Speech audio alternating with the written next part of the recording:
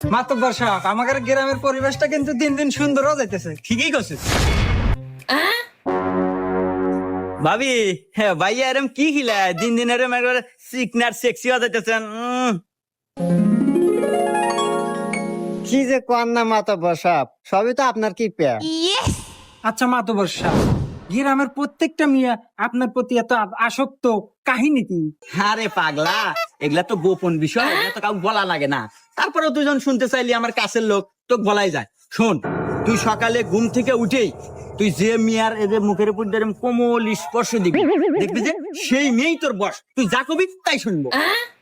Kerry, আমার বউ তো আমার কথাই শুনে না, তাইলে মাতব্বরের বুদ্ধিমতো এই কাজটাই করে দেখি। হ্যাঁ, কে রে, সকাল হয়ে গেছে, আমার তো মনেই নাই। যাই, মাতব্বরের বুদ্ধিমতো কাজটা করি।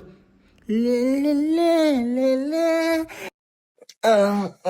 মাতব্বর